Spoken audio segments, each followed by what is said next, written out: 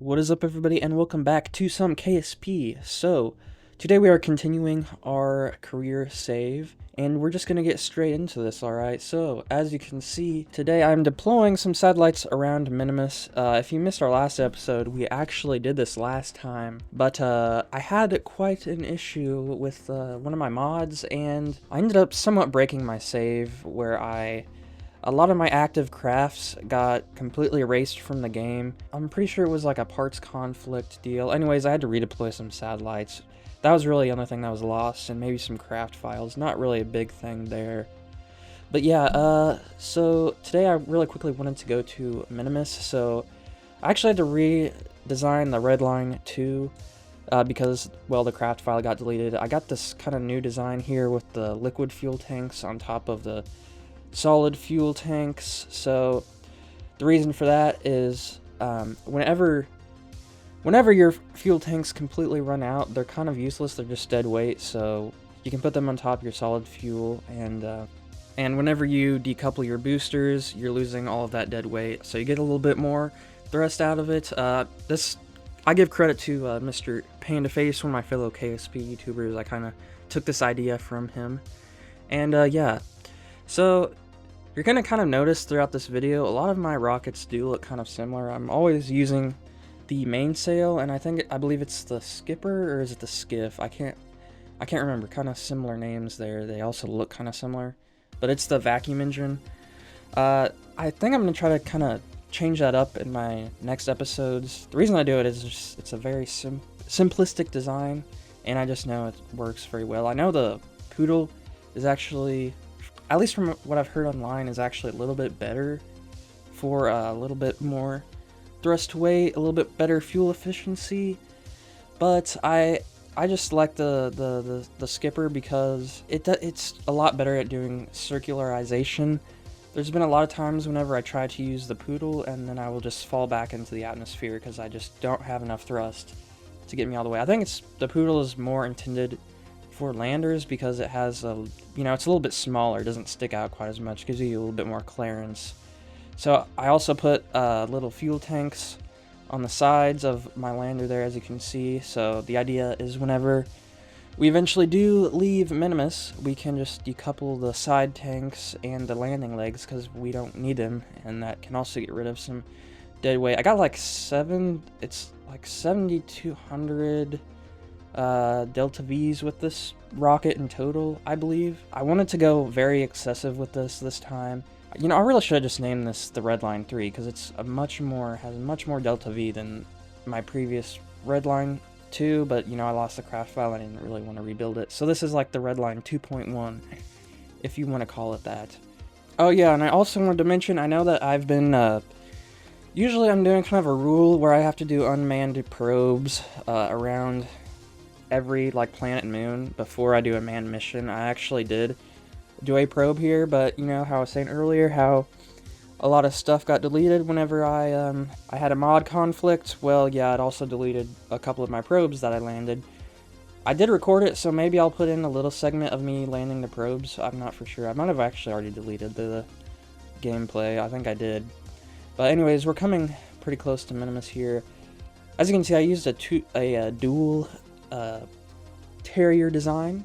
I could have used the Poodle, I think. I'm not sure. I think the Poodle is a little bit too big for this size, but this is really good lander. I really like this. Yeah, and I'm trying to get to flat ground here. Oh yeah, and I finally got actually good solar panels, so that's cool. And touchdown. Minimus is a very, very, very easy planet to land on. It does require, I think, a little bit more Delta V to get to than the moon, correct me if I'm wrong, or the Mun, but it is a lot more easier to land. And this is the first time I'm trying this. I'm actually bringing some deployable science this time. So the way that this works is that you just you have a scientist deploy these little science experiments, and they will slowly accumulate science. I believe it's like 0.7 every day. It's very little, but over time it builds up. And yeah, so anyways, our next mission, this is actually like a main mission. I consider these I'm not for sure what the actual title is. I think it's like a World Record Society, whatever the heck. I'll put it on screen, but They want us to dock 2 vessels around the moon, the Mun. I really wish they would have just called it the moon. Like, I know they're trying to be, like, unique, but the Mun just sounds too much like the moon, so then I mix it up. Anyways, I thought it'd be a good opportunity to do a space station, because we need to dock 2 vessels anyway. I've never done a space station before, but we're gonna try it out, alright? It's probably been several years since I've had to do rendezvous, and, well, you're about to see how it goes. It actually didn't go too bad, but I'm putting these hinges here to put our solar panels on. I'm doing that because if I stuck it out like that, obviously how am I going to fit that in a fairing? These hinges are pretty cool. It's under the robotics section, I believe. Like I said, I haven't messed with this. I'm doing a lot of new stuff with this series. I'm actually doing playing a lot of sandbox, a lot on my sandbox save, other than this career save, which I'm not recording it, obviously. But I've been playing a ton of this game. This is like the only game I've been playing for probably almost the past 3 weeks. This game's a lot like Minecraft, I think, where it's like I have this really short burst, maybe like a couple months of where I'll be playing it like a ton, and then I just don't play it for like a year, something like that. But this is the most fun I've ever had playing this game, probably because I'm actually doing YouTube videos on it. That kind of helps out a lot. Oh yeah, and as you can see, I'm putting a poodle here, and I'm like, oh yep, that's not gonna have enough thrust. I think I put the skiff, and I was supposed to put the skipper. I don't know, I always get the names mixed up. And yeah, I'm calling this series of rocket the Zeus rockets. The Zeus rockets are gonna be like my lifting, my big payload around the 2 moons, which, you know, the Mun and Minimus. The one that I launched my little satellite cluster there, that was the Zeus 1. This is the Zeus 2. And yeah, it's very similar to the Red Line. Again, like I said earlier, it's going to have a lot of mainsail, and it's going to have a lot of skiff, and it's going to have the thumper engines, which it's just my old reliable, man. Oh yeah, and I don't think I mentioned it yet, but I am going to be calling this station the Atlas Station. There isn't really any meaning behind the name, but probably going to be one of the very, very few space stations I do, because there really isn't a whole lot of use for the space stations in this game, it feels like.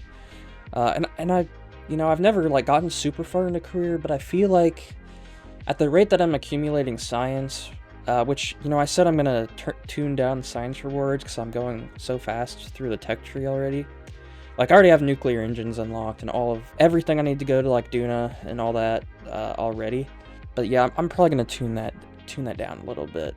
But I feel like once you get, like, probably explore, like, half of the planets, you're already going to be able to fully unlock the tech tree.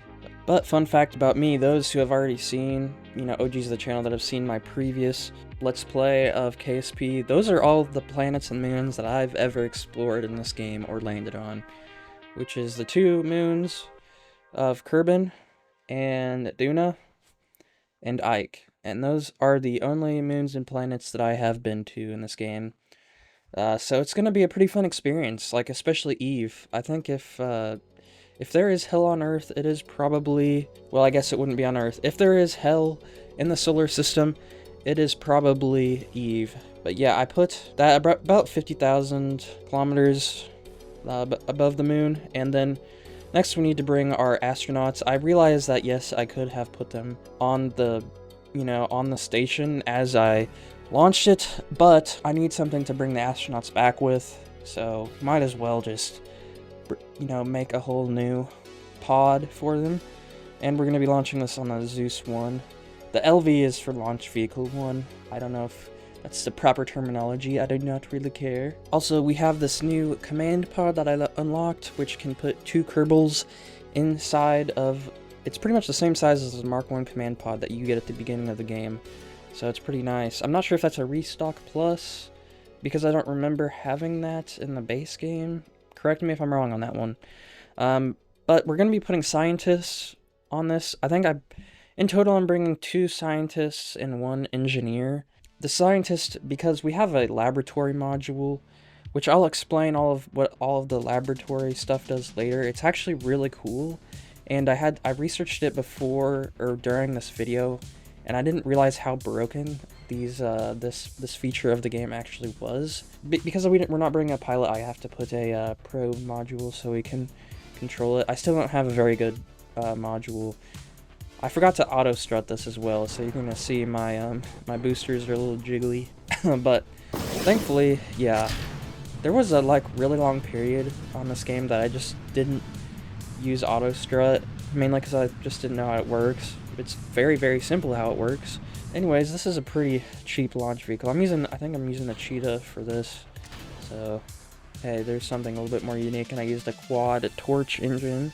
The torch engines are definitely restock plus. They're very, very nice, very cheap as well. Just enough Delta V, and yeah, you get to see me struggle and try to rendezvous. I won't lie to you guys, this probably took me 15 minutes. I'm pretty rusty with this, okay? As you know, you want to get your orbits very close, and then you just want to set it as your target, and it will tell you how much separation you have as you know, mess around with the maneuver node. It's a lot easier than it looks, actually, just time consuming. Anyways, I'm trying not to bring too experienced of astronauts or Kerbals along for this to stay at the station, because I don't want my really good Kerbals to, you know, live on a station forever. I really don't plan on sending these guys back, but I might have to. I was looking at the complex. Is it the astronaut complex? They cost like 100 bands to hire a new Kerbal. That is insane, and I think it just scales up with how many you have.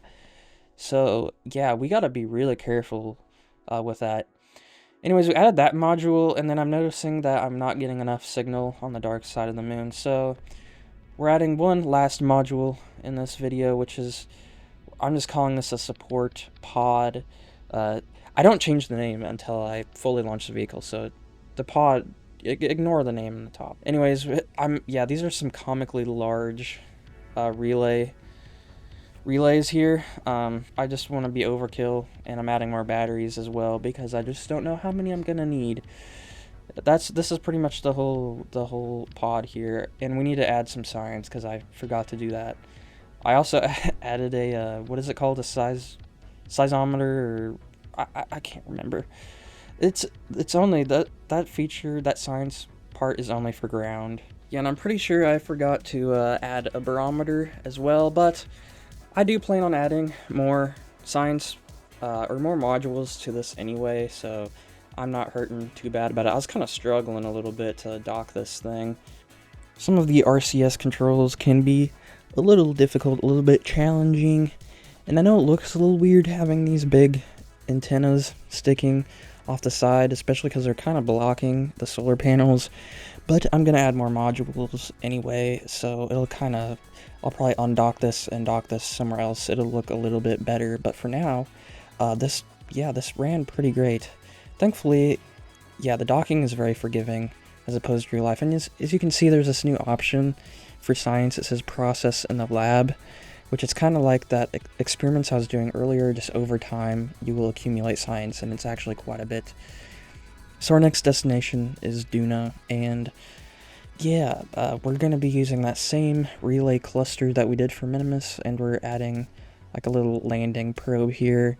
I put heat shields because I seem to remember that Duna had more of an atmosphere, even though it really doesn't. It's just like Mars in real life. I don't know why I thought that, but yeah, I put heat shields when I didn't need to. And for this craft, we're going to be calling it the Odysseus, which we're going to be using for Duna, Ike, and other launches. Ignore the name at the top.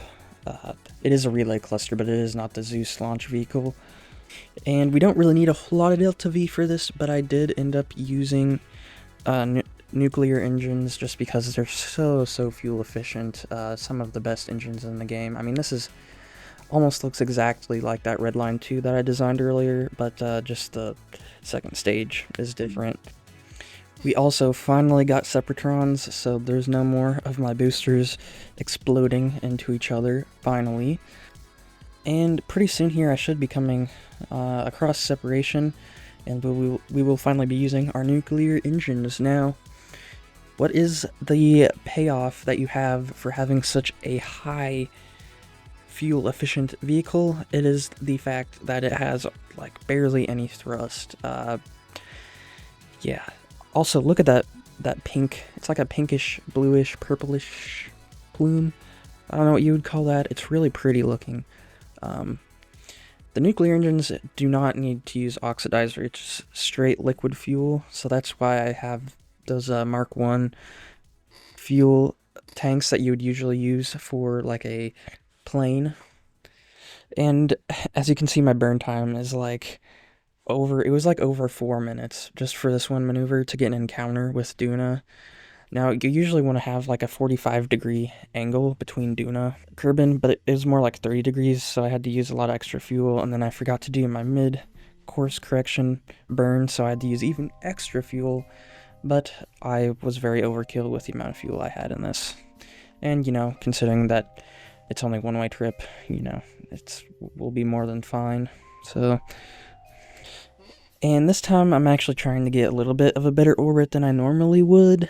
Like I did with Minimus, trying to get these satellites a little bit more aligned, because it's a lot harder to get a signal back to Kerbin with these things. I also don't know if I mentioned this, but I put like little spark engines, I think that's what they're called, for on my satellites, so they have just a little bit of fuel if I ever need to do corrections. And I spun this up really fast so I could kind of get them a little bit separated. I thought that was kind of funny. And then extending. Only bad thing is I have these radial decouplers that are left on there, which kind of looks a little bit goofy. And then we can reduce our orbit and put our landing probe on here. Don't worry about that space trash. It will get destroyed. And then I extended one solar panel. I was like, oh, this is gonna burn up because like I said, I forgot Duna. I thought it has more of an atmosphere, but it really doesn't. I did not need these heat shields whatsoever. I really should have put more parachutes. I thought I was still being a little bit overkill, because I thought it's weighed a little bit more than like a Mark 1 command pod, and you usually only need one of these radial parachutes, but I was still going like 7 meters a second, which is a little fast. You went like 4 or 5, but nothing exploded, so it was perfectly fine. We only get like 42% science value, but anyways, that's about it for this video. I hope you guys enjoyed. If you did, make sure to hit like. Oh yeah, I also I put that one little relay inside of the battery by accident there, so it looks kind of goofy, but when it's extended it looks fine. But yeah, I hope you guys have a good one. Tomorrow we will be doing some Ike probably, and we will be doing more of Duna. And then we'll see what happens from there, but hope you guys enjoyed. I'll see you in the next one. Goodbye.